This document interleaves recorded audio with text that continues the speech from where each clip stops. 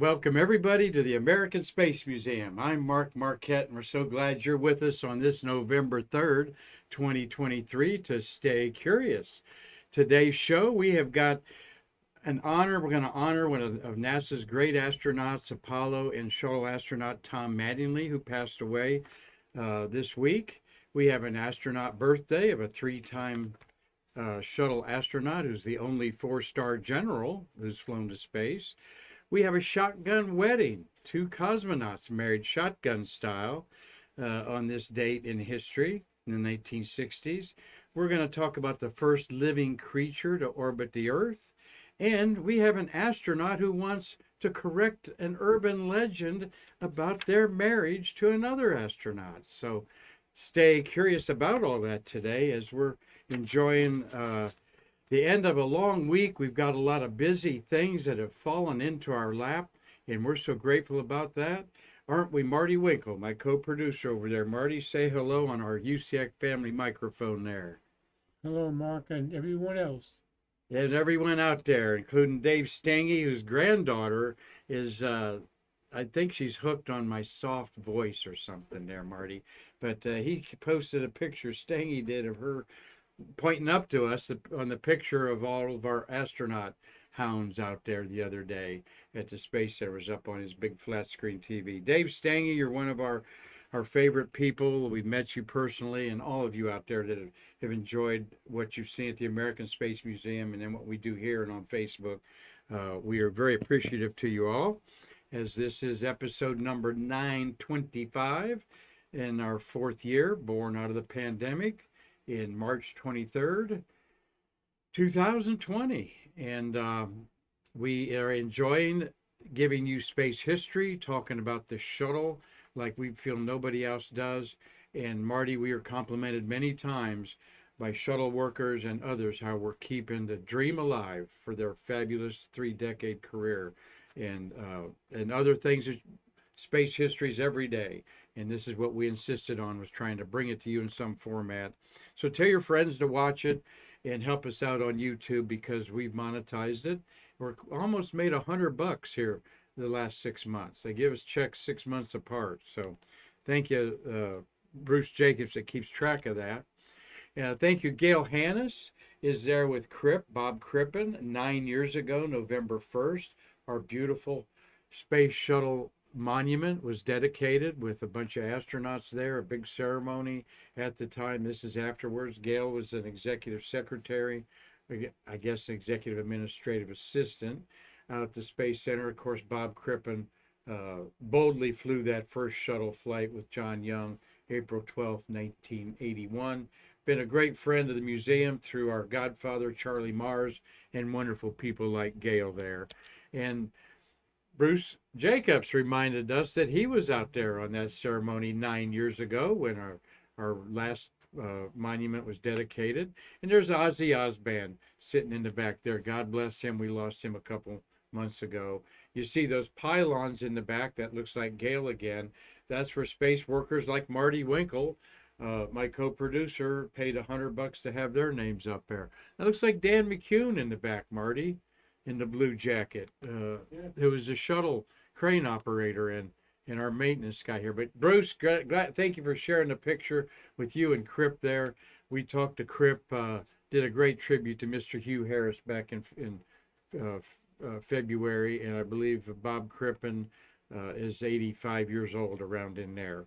And there's not too far behind him, are we, Bruce? So we're going to have our Galaxy of Giving campaign kick off November 7th through the 21st, 2 weeks, where we're going to actively solicit funds from you and have some levels and some rewards for those different levels.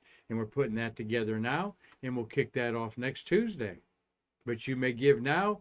We will create a star for you out of our Galaxy of Giving constellation. So we did that a couple years ago, and we are going to have this annual campaign at this time of month with all the other people out there that are wanting to need help. But more importantly, you get a big tax deduction out of it. So we've got some events going on. Yes, for 1 hour, you may be in the presence and get an autograph of Jack Lausman's on the left, Rusty Schweikert on the right. They're both 87 years old. I think one of them might be 89. This might be the last time they ever make a public appearance. This is for the directors, Dwight Bonasaki, I believe is how his last name is. Fabulous. Searching for Skylab documentary there. We'll talk more about this next week as we lead up to this event on a Thursday. They're going to autograph here for an hour. It will be $100 for the first autograph and then $60 for each additional autograph. So you get Lausma and Schweikert to autograph the same thing. That's $160. And then to get Lausma to autograph a shuttle or something, maybe that would be another $60. So most of the money is going to the astronauts, by the way. So then they're going to be at the Space Center Visitors Complex at 3 o'clock for a panel discussion and film debut of this Searching for Skylab that we've been selling. It's been out for about a year and a half in Europe, and now we're making the big American splash. It's awesome. And our good friend Emily Carney, Space Hipsters #1, is the technical consultant on this wonderful piece of work where all the Skylab astronauts and more are interviewed. So Emily, we look forward to seeing you on November 16th as she and some others will be here. We're going to talk more about that later.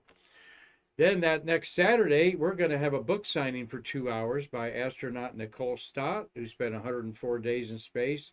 Nikki is a great friend of our museum, Earthling, astronaut, author, and the only artist to do watercolors in space. And she has promoted in her book a lot of things about why we should term each other Earthlings, why we are not passengers on this spaceship Earth. We need to be crewmates and help each other. Fabulous book. Buy it. Come get it. We'll have some here to buy. Get something signed by this fabulous woman who's one of the hardest working astronauts out there. You better believe it, all over the world. And we're going to interview her husband, Chris Stott. Her maiden name is Pisano. She, Nicole Pisano Stott, proud of her Italian heritage, and as well she should be. We're going to interview her husband, Chris Stott, about his endeavors, and you'll blow your mind about what he's doing. Space Memorabilia Show Saturday, November 11th. That's the next event coming up, folks. So if you're local, come out, get you some Christmas presents for yourself or for that Space Geek. Tables are $30. We still have some room for a few more tables. We're going to have Ken Havocott, who's world-renowned space dealer there. We're going to have Tim Gagnon with his patches. Tori Varquette will be there with her special 3D printed items. And we will have some lifetime of space swag being offered by Carlton Bailey, our rocket photographer. Marty? And we'll have some special shuttle shirts available. All right, good. We'll have some special shuttle shirts available. Thank you, Marty. And some other tables are going to be in play. Well, I alluded to an astronaut that wants us to correct an urban legend. This is Jan Davis, and this is her a few years ago, and then there she is in the orange pumpkin suit on one of her 3 space flights. She's logged 28 days in space on 47, 60, and 85. Well, in 47, it was rumored that she and fellow astronaut Mark Lee were married but didn't tell anybody. In fact, I've read this urban legend that they were married at a Justice of the Peace. NASA didn't know about it. Now, 47 was a Space Lab mission, Space Lab J, and they were on the blue team, and one was on one team and one was on the other team. But they were married. But simply says in Wikipedia, Davis secretly married fellow astronaut Mark Lee, whom she had met during training for their flight in 1991. They're the first and so far only married couple to fly together in space. They divorced in 1999, and she's happily married, remarried. And so, incredibly, can you believe it, that Jan Davis, who's been following us on Facebook, here's her and we honor her in our Astronaut Hall of Fame. She emailed to a thread on her birthday. She turned 70 November 2nd. We talked about her Airborne book, talking about her dad and her being 2 generations in flight, the book Airborne. Thank you. Actually, this is from Jan Davis now. Thank you. Actually, the story of marriage to Mark Lee is not correct. We had permission from NASA to get married, and we were wed in a church ceremony, all above board and with proper permissions. And I said, Jan Davis, we will shame Wikipedia over that error. And you have an open invite to visit our humble museum anytime. And she said, Mark Marquette, thank you. It is a myth. I would like to be corrected. Exclamation point, says Jan Davis. And there you see in her own words right there. By the way, Bruce Jacobs, who I showed you earlier, told her that her ex-husband, Mark Lee, gave him his Silver Snoopy Award. All right. And not sure she wants to be reminded of her ex-husband there, Bruce, but nonetheless. So, well, my phone's ringing over there, Marty. Just flip it over or something. And that's somebody that has no clue on earth what I do at 4 o'clock almost every weekday. So they're going to stay curious later. But Jan Davis, there you are on our Women in Space, honoring the 75 females who've orbited the Earth. She's there beside Ellen Ochoa, who we're going to talk about going to space here. And there is her crewmate, well, I can't read that name. And there's Jan, past and present there. So I guarantee we're going to meet this beautiful lady someday. And all we can say about that scuttlebutt, about you being, people not knowing about your marriage, is War Eagle to that Auburn grad. So, all right there. So we've got, how timely is that? I just brought up a birthday for our astronaut birthday, which is Kevin Chilton, or Chili is on there. And so what you got there, Connie? A cake I made. Oh my gosh. Well, it is my birthday today, like it is every November 3rd for the past 70 years. So thank you. My teammates are all here. Marty, just pan around there, I guess. Marty's going to take control of the mirror, the camera there a second. You guys stand right there. Oh my gosh. They know this is my favorite. German chocolate cake. So there's my candles. Go wide angle and just have everybody say hi. There's Karan. Hello. Karen, Selvin. We got Angela. Angie's back there. Darren. Marty's head. Oh yeah, do that there. There you go. Back there's Gordon. Connie's eyeballs behind Anita there. So this is our team that keeps the things rolling day by day. So everybody, thank you so much for my happy birthday there. I got your birthdays here finally. All right, thank you. Anita brought me my birthday on October 3rd. But thank you, Karen. Love you all. Appreciate that. That's a gorgeous cake. I'm going to eat that after they light that rocket launch candle for me tonight at about 8:30 tonight. So blessed to be living here. Blessed for Karen that you saw there. Karen and I sat down after I was doing a story on this place in 6 years ago for a column I wrote on space and astronomy in East Tennessee. And we talked about the column for about 15 minutes. And 2 hours later, we looked at our watches, Karen, and said, wow. And I knew then I was going to be involved here. And you did too. And I did. And I love everybody here like brothers and sisters, and none more than you and Marty. So You are loved. thanks a lot. Appreciate it, folks. Well, let's get on to Kevin Patrick Chilton there, born 69 years old today. Born in 1954 in Los Angeles, California, and he achieves the highest rank of any military astronaut, a 4-star general. There are three 3-star generals. Marty, that'd be. Could you guess any of the three? Yeah, as I'm a little verklempt here after our little birthday celebration. Thank you, but Chilton here is a 4-star general in the Air Force. 3 other astronauts are 3-star. Can you guess one of them? Any of them? Jim McDivitt. One we call General all the time. Stafford. Yeah, General Stafford. Yeah. But isn't Jim McDivitt? Who? Jim McDivitt. Nope. He's an admiral. Dick Truly, former center director one time, right? Yep. And the other general is Susan Helms. They all established 3 ranks there. So, oh my gosh, that cake's good. Thank you, folks. And I thank everybody on Facebook that has. I'm going to set this over here, Marty. Actually, I need to set this cake out of the way. I'll set it right there. One, I'm going to eat it, and 2, it's going to fall all over the place. But as we're talking about Kevin's birthday there, I just wanted to mention I asked for a $200 donation and my pledge to American Space Museum. And I've reached $202 thanks to my sister, Sherry Matthews. Love you, Sherry, in Texas. William Whiting. Thank you, Bill. My daughter, Jessie Marquette. Doug Forrest contributed. Thank you, Doug, in Los Angeles. Tom Celentano up there in Connecticut. Thank you, Tom. Very gracious. Cliff Watson in Sonoma, Australia, contributed substantially. Lois Honeycutt, who is one of the main administrators at Space Hipsters. She's like about Space Hipsters number 2 or 3 to Emily Carney there. God bless you and thank you.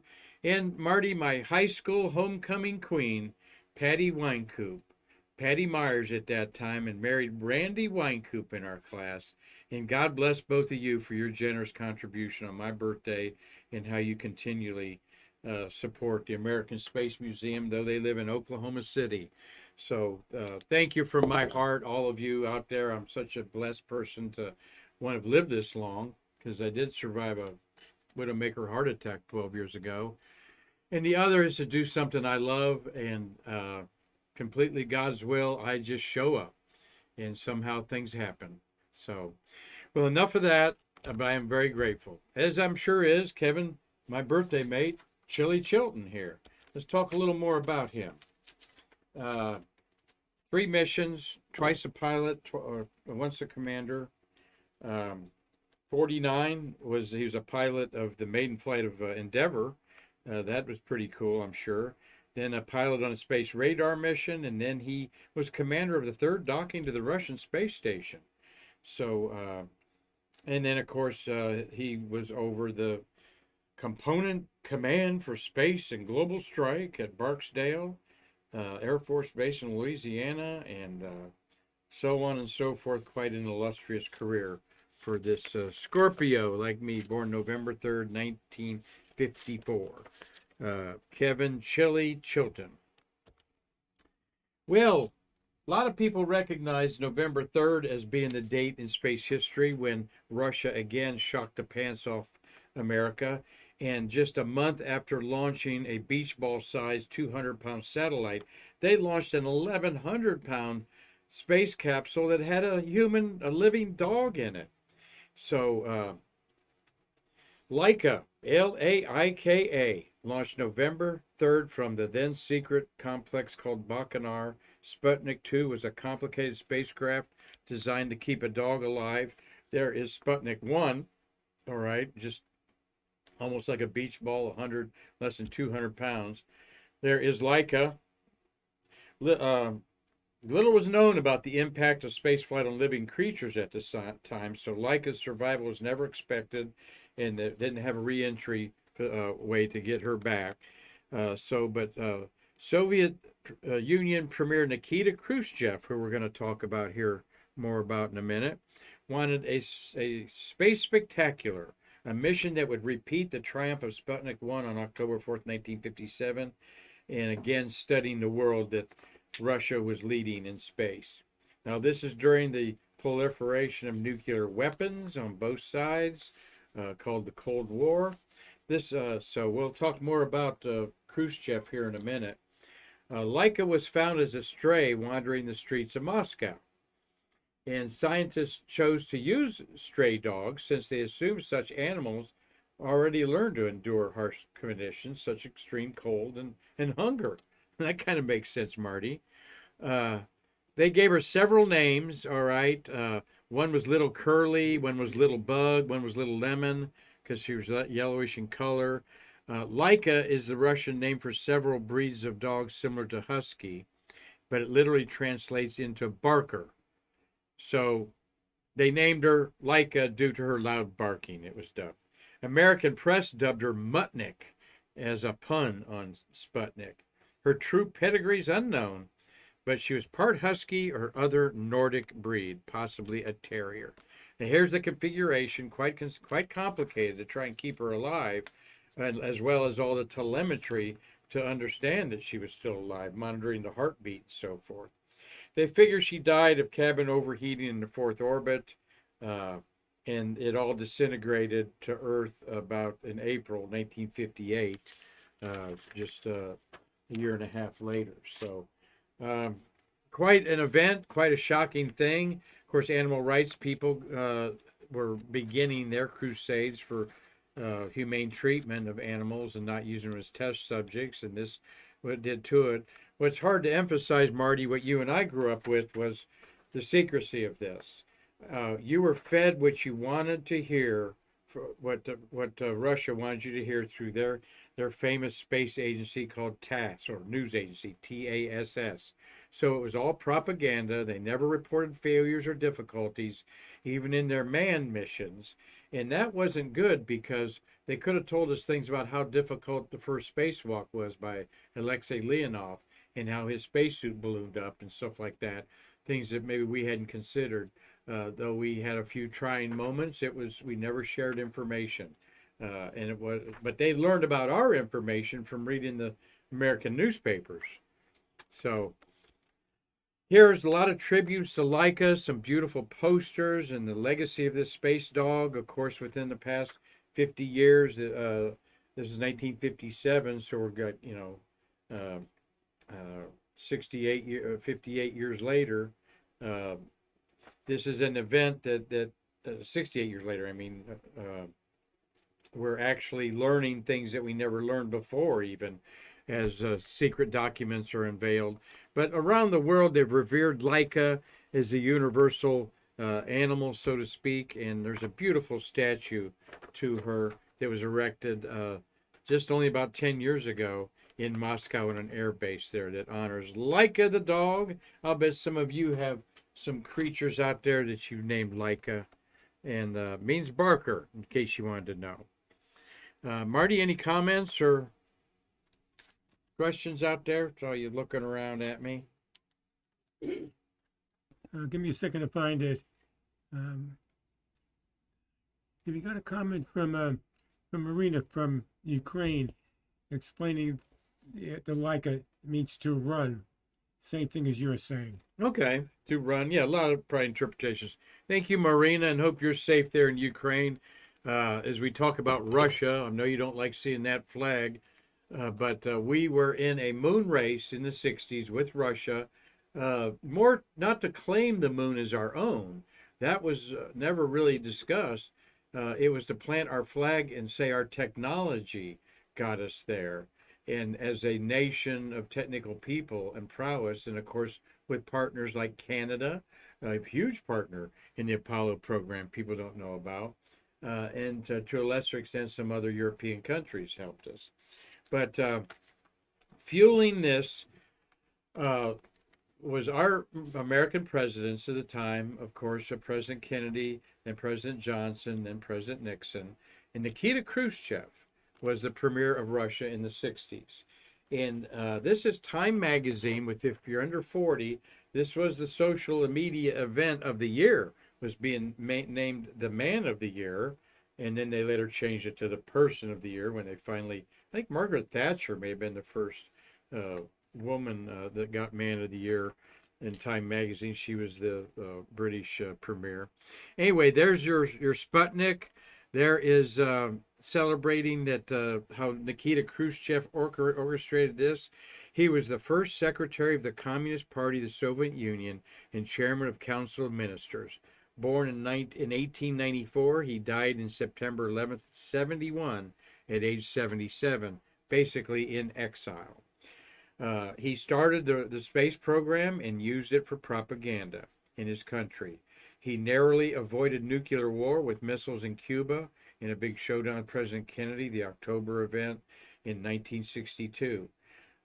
He held Gary hostage, a U-2 pilot who was shot down, as a hostage, and had a world court about him. And they gave him 3 months in jail or something after his spy plane was shot down. The Berlin Wall was put up at Khrushchev's urging. And then Khrushchev had a proclivity of restlessness towards Kremlin leadership. And so they didn't trust people he recommended. He changed people often that he would put in there. But Leonid Brezhnev was his first secretary, and Alexei Kosygin was his premier. And they would play big partners in a coup that eliminated him from power. A lot of us baby boomers remember at the United Nations, he during a debate in October over the Cuban Missile Crisis, he took his shoe off and started banging it on the table at the United Nations in New York over a Soviet resolution decrying colonialism. And he got infuriated about a Filipino delegate charging him with something, and yanked his shoe off and began banging on the desk. Banging it on his desk. His behavior by Khrushchev scandalized his delegation. Well, he wanted space spectaculars. He wanted it to be looking in the news that they were way far ahead. So after 4 cosmonauts, including the first woman, were put in space, the first 6, I mean, Valentina Tereshkova, he ordered, I want a woman to be the last one.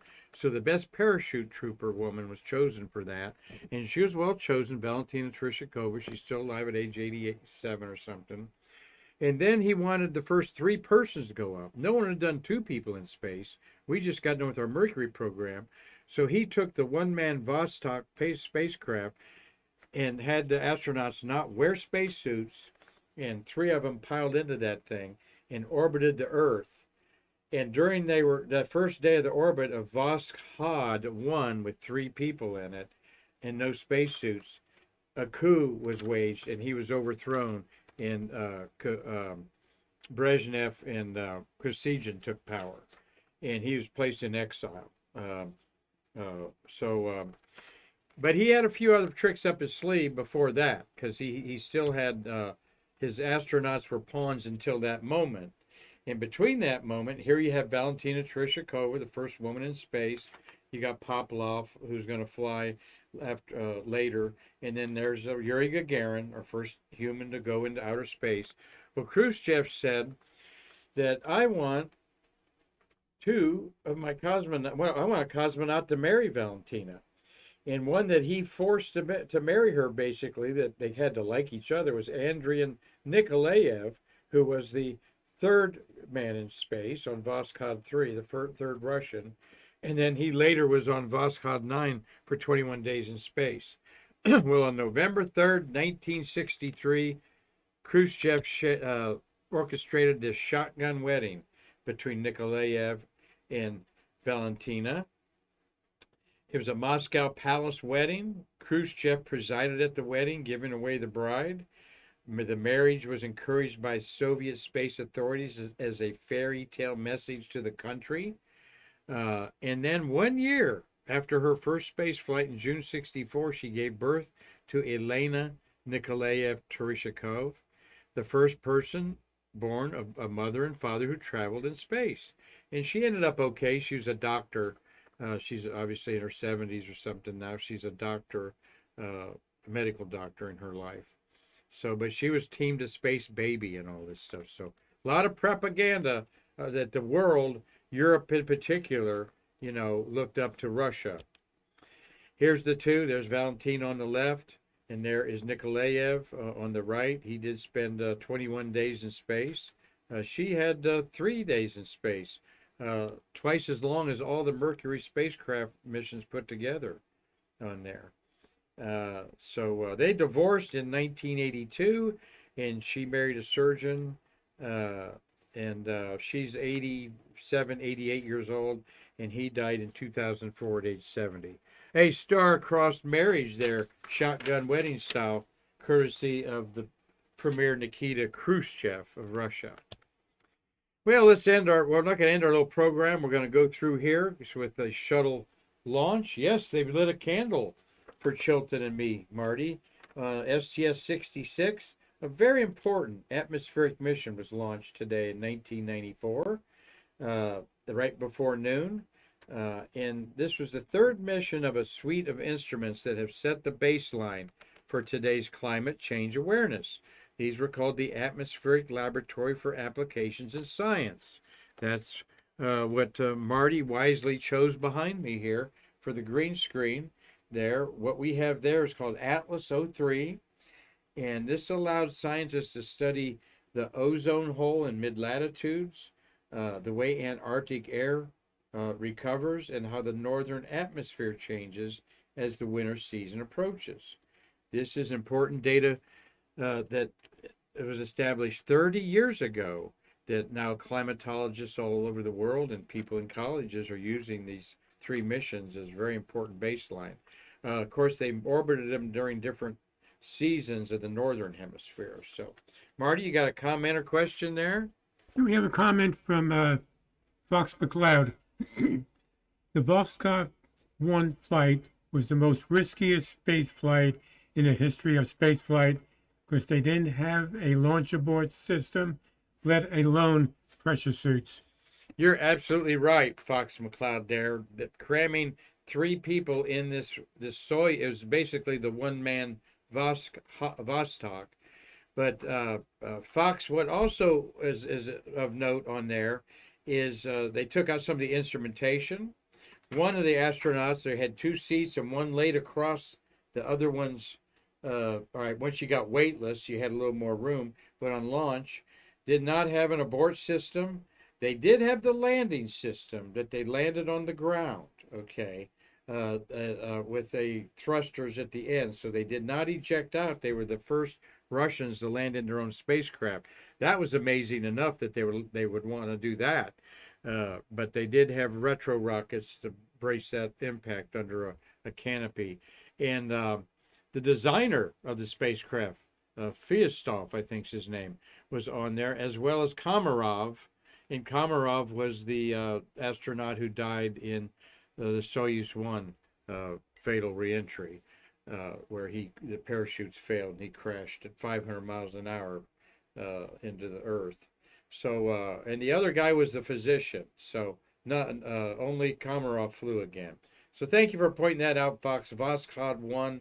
I forget what time of year it is, but we'll make sure, since you're interested, we'll do more feature on that. I know we talk about it usually on Stay Curious, so appreciate all your comments and suggestions for any future programs, Marty. Well, here we got a beautiful shuttle launch. This happens to be Atlantis OV-104. The crew was, we got the crew here. Didn't do too much about the crew here, commanded by Don McMongle on his third and last space flight. There he is on the right-hand side. Pilot was Kurt Brown on the second of his 6 flights. He was commander of 3 of those. Ellen Ochoa, her second of 4 in the upper right-hand corner. Ellen is the second female and first Hispanic to be director at Johnson Space Center. Kurt, let's see, rookies, 3 rookies. Joe Tanner, where's Big Smiling Joe? Back there with the mustache. Francois Clairvoy is on the far left, and Scott Perezinski, first of 5 flights. Very experienced spacewalker Scott Perezinski became. The 11-day mission landed at Edwards Air Force Base, but this was a biggie on establishing how our atmosphere reacts to weather changes, pollution, and how which I believe heartily that our Earth is like a living creature with the symbiosis going on between atmosphere and ocean and the land. It's just an incredible creation. And there we have our beautiful green screen behind us.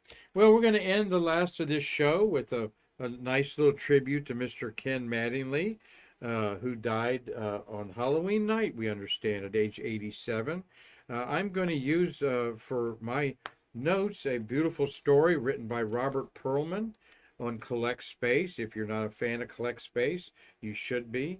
And Robert Perlman just got the Colcom Award for a very honored achievement for journalism here on the Space Coast. The Harry Colcom Award was given to Robert Perlman. Congratulations to Robert. He's been on our board of directors, in fact. We love your collect space. It's all about collectors as well as some unique news stories. And Robert, you wrote this wonderful tribute to Mr. Ken Mattingly, who was chosen in the 5th class of NASA astronauts in 1966.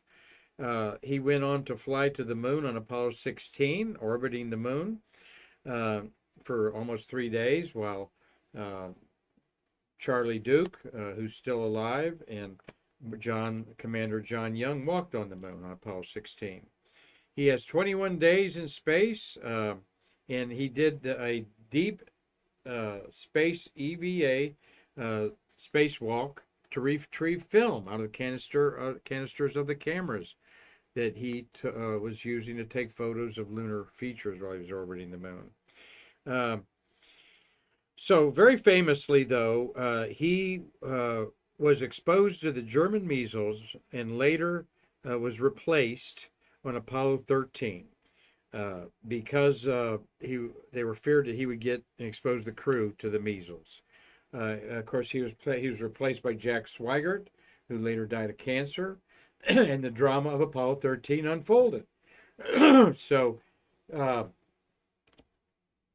here we have the original photo. This was off our eBay site because we offer this for sale. Someone passed on this, but we had some other Apollo 13 there. There is Ken Mattingly in the middle between, of course, Fred Hayes on the right and Jim Lovell on the left. Thank you there, getting a senior moment. And then in the middle is Jack Schweigert, replaced him in a picture they took after the mission, okay, to clean up the artwork and so forth of who actually flew. But he was so instrumental, Mattingly was. Here he is at the controls. There's Deke Slayton in the foreground. I see John Young rocking a pipe there in the back. Is that Bruce McCandless? Marty, I think it is. It looks like quite there, sitting down there. And I don't know who's bending over there. But he did all the simulations there at Johnson Space Center in the simulator of what he had to do to turn off just spare power and then turn on this frozen command module, praying that the chutes, parachutes and everything would work just right. He said that in hindsight, Mattingly said it was a good thing he did not fly on Apollo 13, but not because he might have developed the measles. When my body gets below 60 degrees atmosphere, it doesn't function, he said. If I had been stuck up there, I would have been absolutely been a disaster. You can go so far on mental activities, but I know me and I know how my body behaves, and it would have shut down. So it would have been more than just an unpleasant journey for me. So he said he would have got too cold, which indeed they did get cold, and Fredo developed a little bit of a cold up there, or some infection, right, Marty? Which was overplayed in the movie, he always says. So, all right. So Mattingly was assigned to Apollo Crew 16, and but here's a cool. This is why we love being at the American Space Museum. This comes from Hazel Seacack Banks on the right. Hey, Hayes, good to see you there. And the other ladies are Fran Slaughterman and Laura Sherman's in the middle. They were secretaries at the Flight Crew Training Building and celebrated TK, was his nickname, Thomas Ken Mattingly, his 34th birthday. And there, Laura Sherman's got a cake there, and he was walking around in his spacesuit. I've always asked Hazel about stories like this. She provided this to us for one of the talks she did.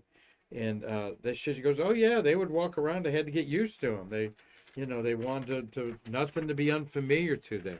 So you really had to live in these suits and so forth. And of course, you're going to be hot as heck after a while in there. But I understand they had 3 suits, Marty, 2 for training and one that was the big trainer. One was sort of a backup, and then the other one was pristine that they wouldn't wear around or anything until it was to be in the White Room to put them in the spacecraft. All right. Here is the Deep Space Walk by Ken Mattingly. the first one to do that, of course, was Al Warden, and then Jim Irwin did one on 15. This was 16. No, Irwin did not do one, by the way. If this was the second one, they did it on, 15, 16, 17. Yeah, they had to retrieve the film from the cameras that were back there because there's no way to retrieve it inside. This was in what they called the SIM bay, the Science Instrument Bay. So imagine how crazy that sounds to people under 40 or 30 that you had to risk your life to go out and get your data on a piece of celluloid film. Yep, that was how we did it back 50 years ago. So I'm always interested that he's wearing the commander's stripe helmet. And Al Warden had the commander's stripe helmet on for his EVA. So I'm not sure about that. Someone will have to explain that to me one day, Marty. You don't know anything about that, do you? Because there's an astronaut in the foreground, which I would assume would be Charlie Duke, because you want someone driving, and that'd be the commander, John Young. Marty, were you going to say something? Yeah. Okay. All right. Well, we love him and his family, and we know they're grieving, but what a great man this was and what great things he did. See where I see the red stripes on John Young on the left. He had him on his helmet so you know who was who on the moon. There's TK in the middle. And Charlie Duke, who is 88 years old, I believe. He and Jack Schmidt. And then the other two moonwalkers who are alive, of course, is 93-year-old Buzz Aldrin and 91-year-old David Scott.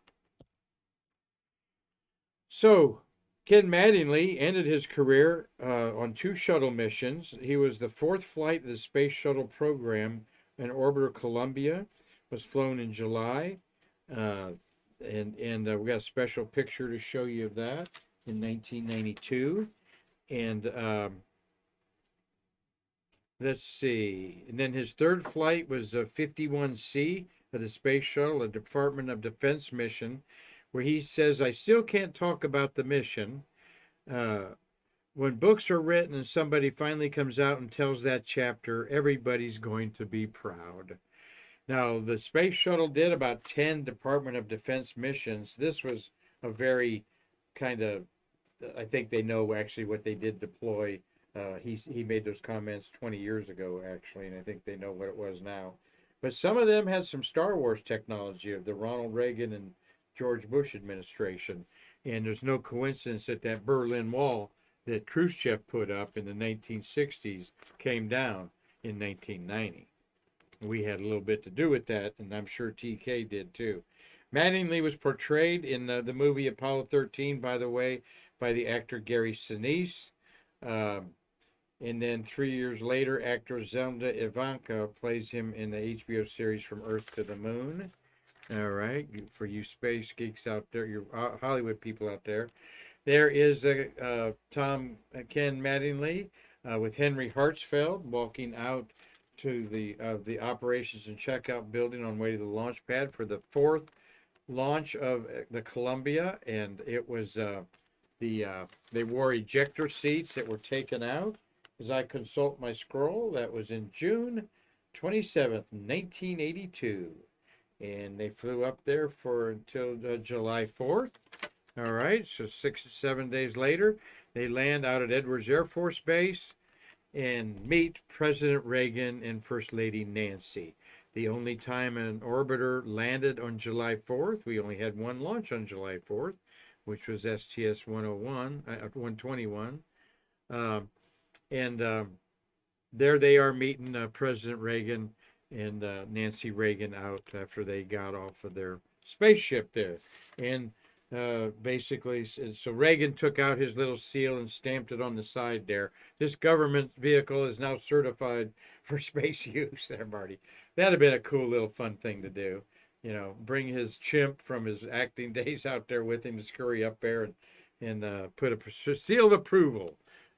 Like your underwriter's license laboratory seal on that baby.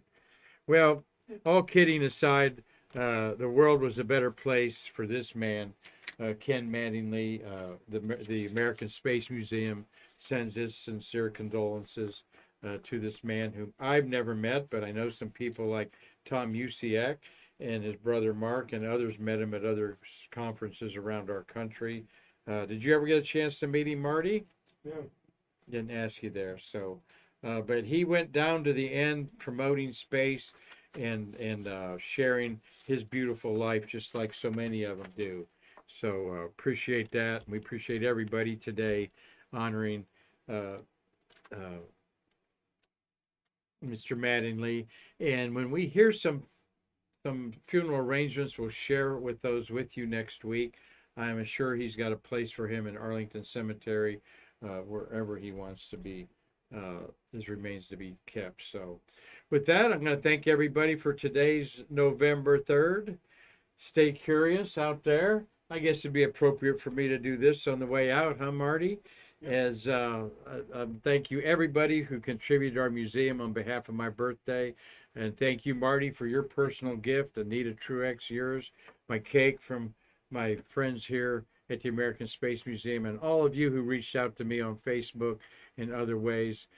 God bless you. I am a very lucky man that I am so loved, and I do mean that. So until next week, Marty and I will crank it up, and we were going to get into Skylab's 50th anniversary and our wonderful autograph sessions that we have coming up and the memorabilia show next Saturday. So until then, I'm Mark Marquez saying thank you all.